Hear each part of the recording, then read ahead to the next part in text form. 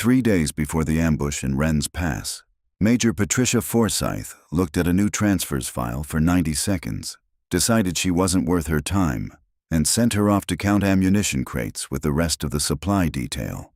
She had no way of knowing that the soldier standing quietly in front of her desk had once made a call that saved 9 lives in a canyon almost exactly like the one her convoy was about to drive into, or that the same soldier was about to do it again, in front of an entire team that had spent 2 days mocking her for being too quiet to matter. By the time the shooting stopped, nobody on Alpha Team would look at Private Rachel Vance the same way again. The transport truck rattled to a stop just inside the gate, kicking up a curtain of dust that hung in the afternoon heat. Private First Class. Rachel Vance climbed down from the back, duffel bag slung over one shoulder, and looked around at the cluster of low buildings that made up the forward operating base. Nobody came to greet her. A soldier walked past carrying a crate of MREs, glanced at her once, and kept walking. She found the command building on her own, following hand-painted signs nailed to fence posts. Inside, a clerk pointed her toward a door at the end of the hall without looking up from his computer screen. Major Patricia Forsyth sat behind a desk stacked with folders, a half-finished cup of coffee at her elbow. She didn't stand when Vance knocked and entered. "Private Vance," Forsyth said, flipping open a thin personnel file. She scanned it for a few seconds, her eyes moving fast over information that didn't seem to interest her much. "Transferred in from supply rotation. You're with Alpha Team. Corporal Briggs will get you settled." "Yes, ma'am." Forsyth closed the file. "You'll find we run a tight operation here. I don't have time to babysit transfers who can't keep pace. Understood?" "Understood, ma'am." The major didn't ask why Vance had been transferred, or where from, or what she'd done before. She simply waved a hand toward the door, already reaching for the next folder on her desk. The meeting had lasted less than 90 seconds.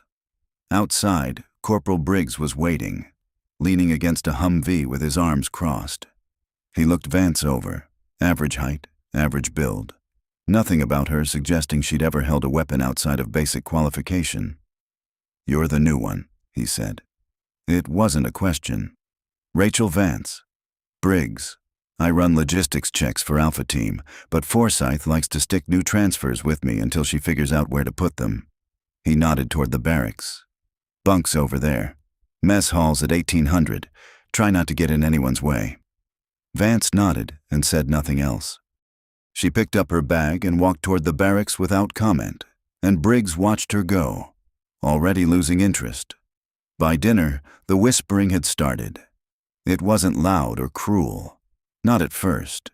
Just the low murmur of soldiers who didn't have much else to talk about filling in the blanks on a stranger. Someone said she'd been demoted somewhere overseas. Someone else said she'd requested the transfer herself, which seemed unlikely for anyone choosing to come to this particular stretch of nowhere. A private named Okafor leaned across the table and asked her outright, "So what did you do to end up here?" "Just a transfer," Vance said, not looking up from her tray. "Sure." Okafor exchanged a look with the soldier next to him. "Nobody gets sent here voluntarily." She didn't argue the point. She finished her meal in about 10 minutes and left the table before anyone could ask anything else, which only made the rumors grow instead of die down. By the next morning, half the base had a different theory about who Rachel Vance was and what she'd done to land in their unit. None of the theories were generous. Briggs put her on equipment checks her first full day. Counting crates, logging serial numbers, the kind of work nobody fought over. She did it without complaint, methodical and quiet, and when Briggs came by to spot check her work, he found every entry exact. He didn't say anything about it. He just made a note to give her more of the same. It was during the third inventory check that something small caught his attention.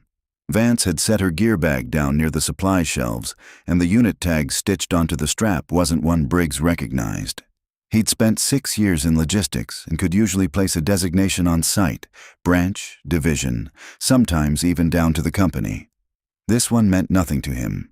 He almost asked her about it, then decided it probably wasn't worth the conversation. New transfers came with strange leftover gear sometimes. It wasn't his business. Forsyth noticed something different that same afternoon. though she couldn't have said exactly what. She was crossing the motor pool when she saw Vance helping load ammunition crates onto a truck, working alongside 2 other soldiers. The other 2 were struggling, awkward under the weight, adjusting their grip every few steps. Vance moved like the crates weighed nothing at all, not showing off, not trying to prove anything, just efficient in a way that looked almost automatic. Forsyth slowed for a second, watching, then kept walking. It was nothing. A transfer with decent upper body strength. She had a convoy briefing to prepare for in the morning, and a quiet private moving crates in the motor pool wasn't worth a second thought. She had no idea, not yet, how wrong that assumption would turn out to be, or how soon she'd find out.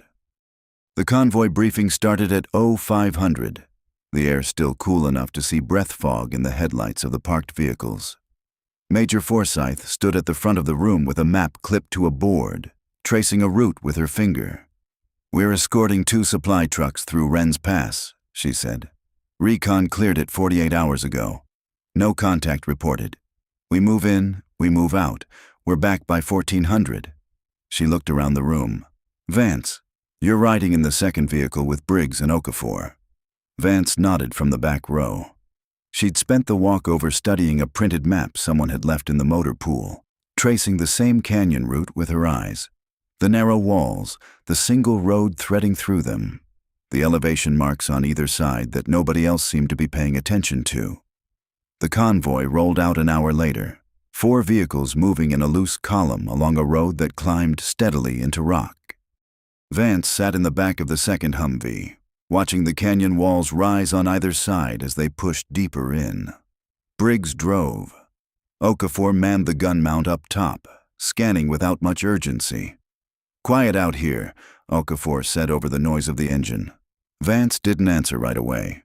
She was looking at the ledges above them, narrow shelves of rock cut into the canyon wall, the kind that would be easy to walk past without noticing unless you were looking for them specifically. They were 2/3 through the pass when the first shots hit the lead vehicle. It happened fast. Rounds striking metal, the lead Humvee swerving and stalling against the canyon wall. Okafor swung the gun mount toward the noise, but the sound seemed to come from everywhere at once, bouncing off the rock faces, doubling back on itself. He fired a burst in one direction, then another, uncertain which ledge the shooters were actually on. "Contact left, no, right." Forsyth's voice came over the radio, tight and clipped. "All vehicles, find cover and return fire." The convoy ground to a halt, trucks bunching together in the narrow space with nowhere to maneuver. Rounds kept coming, striking the vehicles in short, precise bursts that suggested whoever was shooting knew exactly where they wanted the convoy to stop. Briggs threw the Humvee into reverse and immediately hit the vehicle behind them. There was no room to move. "I can't get an angle," Okafor shouted down. "I don't know where it's coming from." Vance pressed herself against the door and looked up at the canyon walls again. Not at the road, not at the trucks. She was tracking the echo pattern, the half-second delay between when a shot landed and when the sound of it reached them, the way the noise seemed to arrive from the wrong direction every time.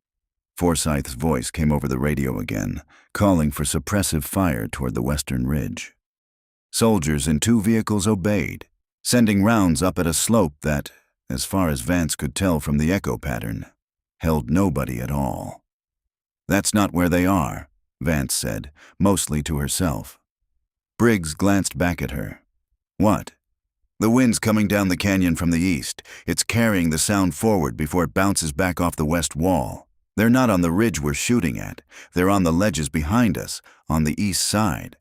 She said it plainly, without urgency, the way someone might point out a wrong turn on a familiar drive. Briggs stared at her for a second too long. Up top, another burst of fire hit close enough to throw rock chips against the side of the Humvee, and Okafor ducked low, breathing hard. "This isn't the time, Vance. It's exactly the time." She unbuckled and moved toward the door, low and controlled, nothing frantic in the way she did it. "Tell Forsyth to stop wasting rounds on the west ridge. It's pulling fire away from where it actually needs to go." Briggs didn't relay it. He didn't know how to, Not in the middle of this. Not from a private he'd known for 3 days. He kept the wheel locked and his head down instead, watching the lead vehicle's driver try and fail to back the stalled Humvee out of the kill zone. A soldier in the third vehicle took a round through the shoulder and went down hard against the doorframe, his scream cutting through the radio static. Forsyth's voice tightened further, calling for a medic, calling for suppressive fire that still wasn't landing anywhere close to the actual shooters. Vance looked at the radio mounted in the dash, then at Briggs. "I need that frequency," she said. "What frequency?" "Give me the radio, Corporal." There was something in her voice now. Not louder, not sharper, just absolutely certain, that made Briggs hesitate instead of refuse. Outside, the gunfire kept coming, methodical and unhurried, exactly the way fire comes from people who know they have all the time in the world and a convoy with nowhere left to go. Briggs handed over the radio without fully understanding why he was doing it. Vance took it, switched off the unit's standard channel, and began keying in a frequency from memory. 5 digits, then a second string that looked less like a frequency and more like an authentication code. "That's not a unit channel," Briggs said. "No, it isn't." The radio crackled, then settled into a clean, encrypted hum. Vance spoke into it, her voice flat and procedural. "This is Iron Wolf requesting authorization for Black Frost. Authentication follows." She rattled off a string of numbers and letters Briggs didn't recognize, the kind of sequence that sounded rehearsed 1,000 times rather than read off a card. There was a pause on the other end. Then a voice, male, calm, clearly expecting the call even if nobody else in the convoy was, responded with a single confirmation phrase and granted authorization. Briggs stared at her. "Who the hell is Iron Wolf?" "I am," Vance said, already keying the convoy's main channel. "Major Forsyth, this is Vance. I need you to listen to me for the next 30 seconds. Forsyth's voice answered, strained and impatient over the gunfire. "Vance, get off this channel. I don't have time."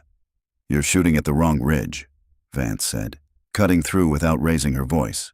"The shooters are on the east side ledges, not the west ridge. The wind in this canyon runs east to west this time of day, and it's carrying the muzzle report across before it bounces off the west wall. Every round you put up there is wasted, and it's telling them you don't know where they are, which means they're not worried yet." Silence for a beat. Not from confusion, Vance suspected, but from Forsyth trying to decide whether to trust a private she dismissed in 90 seconds 2 days earlier. "How do you know that?" Forsyth said. It wasn't really a question yet. "Because I've read this kind of terrain before. There are 4 shooters, maybe 5, spaced along 2 ledges about 60 meters apart. They're rationing their shots, which means they don't have much ammunition or they're waiting for something. Probably reinforcements or a mortar team moving into position behind us. We don't have time to wait them out." "And what exactly do you propose?" "Pull every vehicle's suppressive fire onto the east ledges, low and sustained, not aimed at anything specific, just enough to keep their heads down. While that's happening, I need 3 soldiers moving on foot along the base of the east wall, using the dead ground the ledges can't see into. They flank up and clear the shooters directly. Once that's done, the convoy reverses out the way we came, single file, fastest vehicle first." Forsyth didn't answer right away. Vance could hear her breathing over the radio, weighing it. "This is Black Frost," Vance added. "It's already authorized. I'm not asking you to trust me blind. I'm asking you to trust the math." Another pause, shorter this time. Then Forsyth's voice came through, lower, the impatience gone out of it. "Give me the flanking team. Tell me where you want them." Vance didn't hesitate. "Okafor and the 2 soldiers in Vehicle 4. I'll lead them. Everyone else holds position and keeps that east wall suppressed until you hear from me directly." "You're leading it?" "I'm the only one who's seen this pattern before." Forsyth gave the order without further argument, which told Vance more about the Major's instincts than anything said before it. Soldiers in the remaining vehicles redirected their fire toward the east ledges, a steady wall of suppressive rounds chewing into the rock just below where Vance had calculated the shooters were positioned. Vance moved out of the Humvee low and fast, Okafor and 2 others falling in behind her without question now, There wasn't time left for anyone to question anything. She kept them tight against the canyon's east wall, using a shallow trench of dead ground that the ledges above couldn't see into, exactly as she'd described. The suppressive fire from the convoy held steady overhead, forcing the shooters to stay low instead of repositioning. It took less than 4 minutes. Vance directed the small team up a break in the rock that put them behind and above the first ledge, and the fighting that followed was short and decisive. 2 shooters neutralized before they understood the flank had happened at all, the remaining 2 abandoning their position rather than holding it. "East side's clear," Vance said into the radio. "Move the convoy now." The trucks reversed out of the canyon in the order she'd specified, the lead vehicle's driver finally able to maneuver now that the road behind them had opened up. The whole extraction, from the moment Vance had keyed the unfamiliar frequency to the convoy clearing the pass, had taken under 9 minutes. One soldier, the one shot through the shoulder in Vehicle 3, was loaded in for transport, conscious and stable, the only casualty out of a convoy that should have lost far more given how the ambush had started. Forsyth rode the rest of the way out in silence, watching Vance through the rearview mirror of the lead Humvee. She had questions now, the kind she hadn't thought to ask 2 days earlier, and a growing, uncomfortable suspicion that the file she'd skimmed without much interest had left out almost everything that mattered. But there wasn't time for those questions yet. Because as the convoy cleared the canyon's mouth and started down the open stretch of road toward base, Vance was already looking back over her shoulder at the high ground behind them. And something in her expression told Forsyth the danger wasn't over. The convoy picked up speed once it cleared the canyon mouth, the road opening into a wide gravel flat with low hills on either side. Forsyth allowed herself a breath of relief that lasted less than a minute before she noticed Vance still turned in her seat, watching the high ground behind them through the Humvee's rear window. "Vance," Forsyth said over the radio, "we're clear. You can stand down." "We're not clear." Vance's voice was steady, but there was an edge of urgency in it now that hadn't been there even during the ambush. "Major, the shooters in that canyon were rationing ammunition. I told you that going in." People who ration ammunition during an ambush usually do it because they're not the main effort. They're there to hold a kill zone until someone else arrives to finish it. Finish it how? Indirect fire. There's elevated terrain about 800 meters off our flank. Here, Vance pulled the printed map from her jacket and traced a low ridge running parallel to the road. "That's good ground for a mortar team. If I were planning this, I'd want the convoy bottled up and slowed exactly where we are right now, in the open, with no canyon walls to break up blast radius." Forsyth glanced out the side window at the ridge Vance had indicated.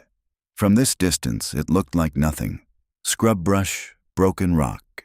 The kind of terrain a person could walk past 100 times without giving it a second look. "You're telling me to expect a mortar strike based on a guess. I'm telling you the pattern fits, and if I'm wrong, we lose nothing by being ready. If I'm right and we're not ready, we lose people." Vance was already reaching for the radio to the trailing vehicle. "Get the Mark 19 on Vehicle 4 uncovered and ready. Have it tracking that ridge line, not the road." Forsyth hesitated only a second before keying the order through. It was a small thing to grant. Gunners readying a weapon that might never fire, and after the last 20 minutes, she'd stopped trusting her own instincts more than she trusted Vance's. They didn't have to wait long. The first mortar round landed short, throwing up a column of dirt about 40 meters behind the convoy's last vehicle. It wasn't close enough to do damage, but it told Vance everything she needed to know. Someone on that ridge was walking rounds in, adjusting after each shot to find the convoy's exact position. "Second round's coming in adjusted," Vance said, already calling out an azimuth toward the gunner on Vehicle 4. "They'll correct forward. Put suppressive fire on that ridge now, full traverse. Don't wait for a visual." The Mark 19 opened up, its rounds arcing toward the ridge in a steady rhythm, chewing across the terrain Vance had indicated with enough volume to make precision targeting impossible for whoever was up there. A second mortar round landed wide left, the correction thrown off by the sudden incoming fire. There was no third round. The convoy kept moving the entire time, putting distance between itself and the ridge while the gunner maintained suppression, and within 2 minutes the threat had either been neutralized or had simply broken contact and run. Either way, no further rounds came. Forsyth didn't say anything for a long stretch after that. She watched the ridge fall away behind them in the side mirror, then looked at Vance. Really looked at her, the way she should have during the in-brief 2 days earlier. "How did you know?" Forsyth finally asked. "Not the canyon, the mortar. That's not something you piece together from a map and a hunch." Vance was quiet for a moment, folding the printed map back into her jacket. "I've seen this exact setup before. Ambush in a choke point to slow and bunch a convoy.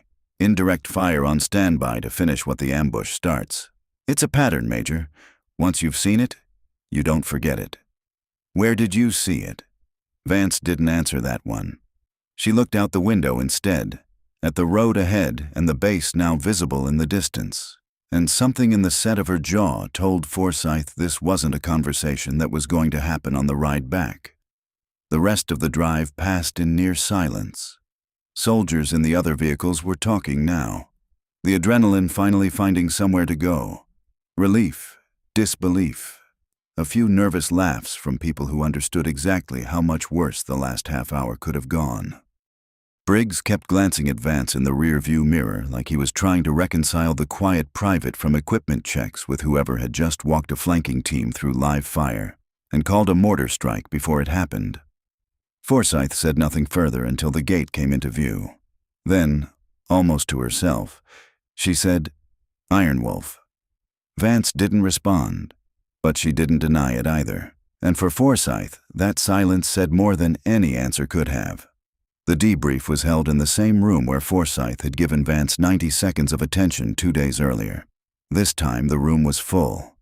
Briggs, Okafor, the soldiers from Vehicle 4, and 2 officers Vance didn't recognize who'd flown in from Regional Command that morning, faster than anyone expected given how little time had passed since the ambush.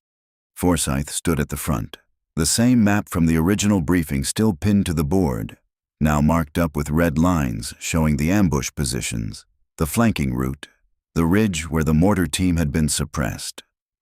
"I want to be clear about something before we go through this," Forsyth said, addressing the room but looking directly at Vance. 2 days ago, I met this soldier for 90 seconds and decided she wasn't worth my attention.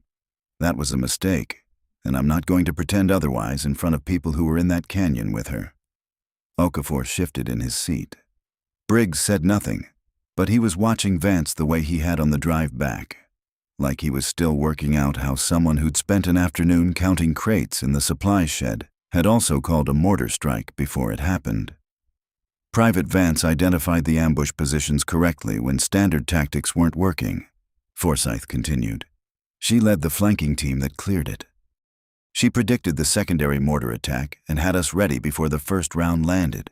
We walked out of that canyon with 1 minor casualty instead of what could have been a very different report. That's not luck. That's training most of us in this room don't have. One of the visiting officers, a colonel who'd said almost nothing since arriving, finally spoke. "Major, you're aware of who you had in your unit?" Forsyth glanced at Vance. "I'm starting to understand it." The colonel opened a folder Vance recognized. Not the thin transfer file Forsyth had skimmed days earlier, but a different one, the kind that didn't usually leave certain offices. 11 months ago, Sergeant Vance was part of a joint operation that went sideways when the chain of command lost contact mid-mission. She made a call outside her authority to reposition a team that was about to walk into a kill zone identical to the one your convoy hit yesterday. It worked. 9 soldiers came home who otherwise wouldn't have. "Sergeant," Forsyth repeated quietly. She was demoted to private and placed under administrative review for going outside the chain of command, regardless of outcome, the colonel said. "That's policy, not punishment for being wrong. She was reassigned here to keep a low profile while the review board worked through it. Nobody expected the review to move quickly. These things rarely do." Vance hadn't said a word since the debrief started. She sat with her hands folded on the table, The same stillness she'd carried since stepping off the transport truck 2 days earlier. Except now every person in the room understood what that stillness had actually been. "What changes now?" Forsyth asked. "This." The colonel set a second document on the table, sliding it toward Vance. "Your conduct during the ambush, the tactical call, the flanking maneuver, the predicted secondary attack, has been reviewed against the original incident 11 months ago. The pattern is consistent. You made the right call then, and you made the right call yesterday, and a major with no obligation to vouch for you did exactly that in writing before we even landed." He nodded toward Forsyth. "The board is moving your case forward. Effective immediately, your rank is reinstated, and your designation reverts to active special activities status." Vance picked up the document, read it once, and set it back down without much expression. Not because it didn't matter, Forsyth suspected, but because she'd spent 11 months learning not to expect news like this. "Sergeant Vance," the colonel said, "welcome back." The room was quiet for a moment after that, the kind of quiet that came from people recalibrating everything they'd assumed about someone over the last 48 hours. Okafor was the first to break it, leaning back in his chair with something between a laugh and disbelief. "You were counting ammo crates with me yesterday morning." "Somebody had to," Vance said, and for the first time since arriving, something close to a smile crossed her face. Forsyth walked her to the door after the debrief ended, the two of them stepping out into the late afternoon light. "I owe you an apology," Forsyth said. "I wrote you off before I knew anything about you." "You corrected it when it mattered," Vance said. "That's more than a lot of people manage." Forsyth extended a hand, and Vance shook it. Behind them, the base carried on as it had the day before. Trucks moving through the motor pool, soldiers crossing the yard. Except now, when people glanced toward the quiet soldier walking beside the major, they looked a second time.